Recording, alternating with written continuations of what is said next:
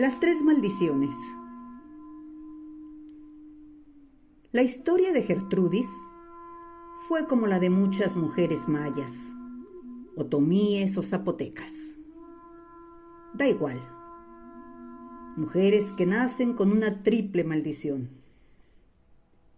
Ella decía, no solo las personas narran historias, también las cuentan los objetos, los árboles, las flores, el mar, las naranjas agrias del huerto, las aves y cerdos que criaba, que por supuesto tenían mucho que decir de su existencia. Solo teníamos que estar atentas para escucharlas. Como buena indígena, sabía leer la naturaleza. Dictaminaba la calidad del viento. No adivinaba, pues lo sabía todo, y siempre estaba alerta a los mensajes. Nació visionaria, intuitiva, me atrevería a decir que casi vidente. Recuerdo que cuando entraba una mariposa negra a casa, al verla, nos invitaba a meter la ropa recién tendida, asegurando que iba a llover.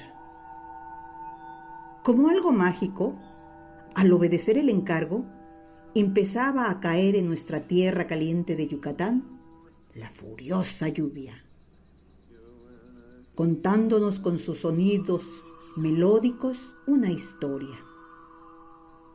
Escúchenla bien, nos aconsejaba. La lluvia hace ruidos especiales. Nunca son iguales. Siempre que llueve se escucha diferente. Jamás nos cuenta la misma historia. Me encantaban esos días lluviosos, donde nos reuníamos para escuchar las leyendas y cuentos que salían de su voz.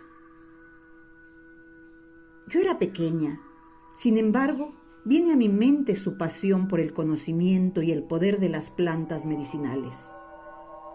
Lo que lejos de ser una honra por considerarse sabiduría, fue expulsado de su ser, reprimiendo su aprendizaje. Imagino que de haber desarrollado su visión chamánica, hubiese sido su propia medicina, pues tenía los dones y nunca los quiso usar para sanar su alma. Al contrario, se asumió como ser inferior, como ignorante sin serlo. Su intuición femenina fue autosaboteada, porque nunca creyó en sí misma, ni en sus posibilidades. Nunca se sintió poderosa, ni fuerte, ni feliz. Después de la rigurosa llamada telefónica que hacíamos con ella los domingos, mis hijas hacían peritajes de las desgracias de su abuela. Advertían, hasta que muera la abuela, encontrará la felicidad.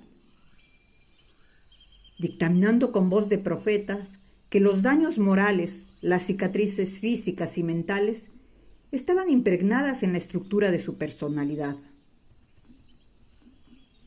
No sé si guiada por mi fe y el deseo genuino de ver feliz a mi madre, pensaba que iba a evolucionar algún día. Deseaba tanto el cambio de su nefasta vida que odiaba lo que murmuraba con cierto orgullo. Es mi cruz, refiriéndose a que tenía que tolerar ese designio. Me enojaba la terquedad con que defendía la idea de soportar la voluntad divina, la dependencia y apego a las violencias de todos tipos, humillaciones y desprecios de su pareja, de mi padre, de ese hombre protagonista de mis pesadillas, forjador de amarguras, de ese hombre tan poco amable, de ese señor sin gentileza. A pesar de que había muerto años antes por su enfermedad de alcoholismo y diabetes, ella seguía fiel a los mandatos de guardarle luto y asumirse como una viuda leal. Y no es que el amor sea ciego como muchos argumentan. No, eso no es amor. Son apegos enfermizos, miedo, ignorancia, lealtad ciega, pactos perversos, todos los adjetivos que gusten y manden, menos y nunca amor. La primera vez que observé su rostro con un semblante de serenidad, la mejor cara que pude conocer de ella, fue el día que cumplió 74 tormentosos años. Fue cuando conocí su sonrisa. Denotaba una felicidad inusual. Me acerqué a limpiar su maltrecho y cansado cuerpo, lo que de inmediato rechazó. No insistí. Evitaba las muestras de amor. No sabía dejarse querer. Nunca lo aprendió. Y en ese silencio opté por solo hacerle compañía, mirándola con afecto para seguir esperando el momento de un cese tranquilo al funcionamiento de su cuerpo. Era lo que hacíamos desde que nos la entregaron en el hospital. Lleven la casa, es lo mejor. No hay nada más que hacer, solo esperar. Fue una buena sugerencia. Ya lo habían advertido. Solo era cuestión de aguardar para ser liberada como las mariposas de su capullo. Decidí acercarle el pan que tanto le gustaba, encajando en el centro una pequeña velita encendida, para festejar y a la vez alumbrar su próximo camino. Le susurré el típico canto del sureste, en un día feliz, y pude vivir junto a ella el cumplimiento de la profecía de sus juezas más implacables, sus nietas. La mueca tan deseada, la sonrisa más hermosa que nunca había mostrado, la única que recuerdo haberle conocido, quizá en la dicha de sentirse abrazada por la muerte, por la única que se dejó querer. Con la poca fuerza que le quedaba, estiró su mano para alcanzar mis dedos y entrelazarlos en los suyos. En sus ojos de mirar rudo se podía leer una especial alegría que canjeaba en ese instante por una expresión encantadora, que invitaba a estar ahí con ella, sin hacer nada, sin hablar, estar solo a su lado. Acarició con suavidad mis dedos, sin cerrar sus ojos. Acomodó su cuello de tal manera que me hizo recordar las miradas redentoras de los cuadros en la iglesia de nuestro pueblo. Y así, quietecita, comenzó su nuevo caminar en soledad, al mismo tiempo que la velita extinguía su llama. Su rostro revelaba su verdadera belleza, su luz interior, la que nunca pudo reflejar en vida. Un cabello cano enmarcaba el rostro moreno, lustrado, más bello que pude ver de mi madre, el que besé como tributo para honrarla por haberme dado la vida. No escuché un suspiro final, como dicen, es la exhalación de los que mueren. No, en ella no fue así. Solo fue como ver desaparecer una estrella fugaz, de esas que iluminan el vasto cielo en las noches de mi tierra, esfumarse para siempre. Su mirar etéreo y la inmediata relajación de los músculos en su cara hicieron que sus arrugas desaparecieran. Pude saber que al fin había dejado su calvario, y tuve la certeza de que su alma ya se encontraba desprendiéndose para viajar a lo desconocido, hacia una paz que nunca tuvo en vida y que espero ahora encuentre. La hamaca dejó el vaivén. abrazándola igual que la muerte. En ese instante se detuvo el tiempo. En las paredes desdibujadas de tono verde claro de su habitación, que siempre imaginé como una caverna, aparecieron esas güeras lagartijas caseras, haciendo un himno como despedida con sus besucones chasquidos. Las gallinas legendarias, aves, de las que nos contaba eran descendientes de los dinosaurios, dejaron de emitir su continuado y estridente cloqueo en señal de duelo. Y es que esas escandalosas plumíferas de corral eran sus mejores amigas y confidentes. Sabían todo de su autorrenuncia, de su malgastada vitalidad, de su identidad perdida. Estaban acompañándola en su partida. La recuerdo llorando, limpiando la sangre de su boca después de los golpes de papá, alimentándolas con el mejor maíz, contando sus desgracias como si fuesen sus terapeutas, y ellas en su cacaraqueo consolando. En el poblado de Tzán, Yucatán, en la humilde pobreza extrema de la que fue nuestra casa, se evaporó el espíritu de doña Gertrudis Chancú, mi madre, sucesora de los Itzáes. No se me arrugó el corazón como se puede creer ante este tipo de pérdidas. La verdad es que me sentí liberada junto a ella y en cierta forma satisfecha de verla descansar con esa sonrisa. Se le vistió como fue su deseo, con el descolorido y usado hipil que tanto adoraba, su rebozo malgastado que nunca quiso abandonar, a pesar de tener uno nuevo que se le había obsequiado en un cumpleaños anterior y que no quería usar hasta que llegara una fecha especial, que al fin ha llegado. Abrazada por esa pálida visitante y ceñida a su hamaca. Siendo una niña de 14 años, fue violada en cuerpo y alma. Producto de ese abuso, nací, golpeada por lo que mi padre consideraba una maldición: parir mujeres.